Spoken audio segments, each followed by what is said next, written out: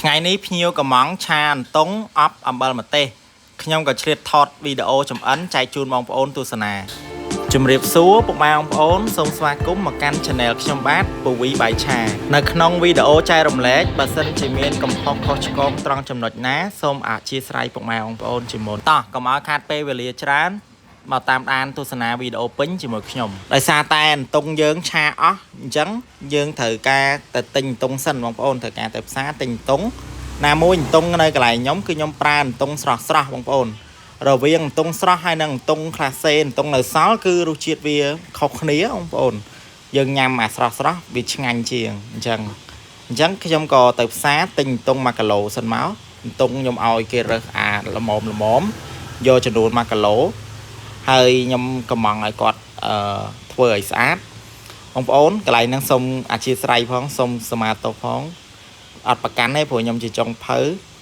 ណាមួយខ្ញុំទៅកំងខ្ញុំអត់ហ៊ានធ្វើខ្លួនឯងដែរខ្ញុំកំងឲ្យគេធ្វើឲ្យហើយសម្រាប់អន្ទង់ហ្នឹងខ្ញុំកំងឲ្យគេធ្វើមកស្អាតហើយកាត់កង់ល្មមតូចបើសិនជាបងប្អូនចង់ញ៉ាំតូចឬធំបងប្អូនកាត់តាមហ្នឹងណាបើខ្ញុំឆាលក់ចេះខ្ញុំកាត់កង់ប៉ុណ្ណឹងបងប្អូន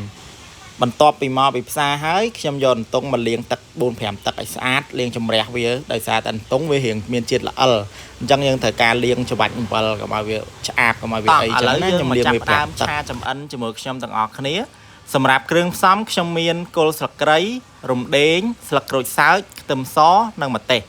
យើងដាក់គ្រឿងទាំងអស់ហ្នឹងឆាចូលជាមួយនឹងប្រេងណាបងប្អូនយើងបើកខ្ទះក្តៅដាក់ប្រេងចូលហើយយើងឆាគ្រឿងរំលីងឲ្យឈ្ងុយហើយយើងចាប់ផ្ដើមដាក់អន្ទង់ចូលបន្ទាប់មកទៀតខ្ញុំចាប់ផ្ដើមចាក់ទឹកត្រីចូល3-4ច្រូចយើងចាក់ស្មានមើលតាមហ្នឹងណាបងប្អូនហើយខ្ញុំប្រើជាមួយនឹងទឹកសោះឆារបស់ខ្ញុំប្រើ1វែកកន្លះអំបិលខ្ញុំប្រើកន្លះស្លាបព្រាបាយស្ករសខ្ញុំប្រើបន្តិចលួចជាតិផ្អែមបន្តិចបានហើ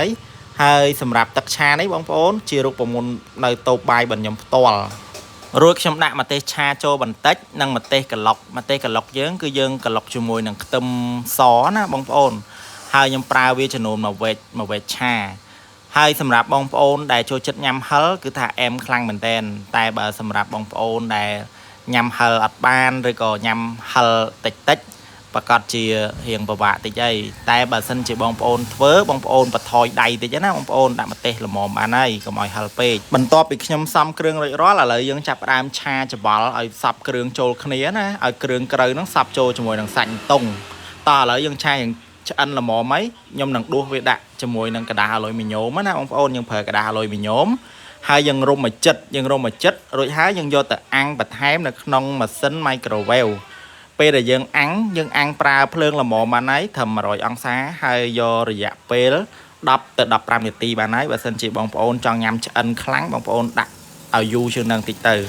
បន្ទាប់ពីរងចាំរយៈពេល15នាទីឥឡូវនេះអន្ទង់អប់អំបិលម្ទេសយើងឆ្អិនរួចរាល់ហើយបងប្អូនគឺថាតំណងខ្លាំងមែនតើសង្ឃឹមថាពុកម៉ែបងប្អូនមើលវីដេអូខ្ញុំហើយអាចនឹងចេះធ្វើអរគុណ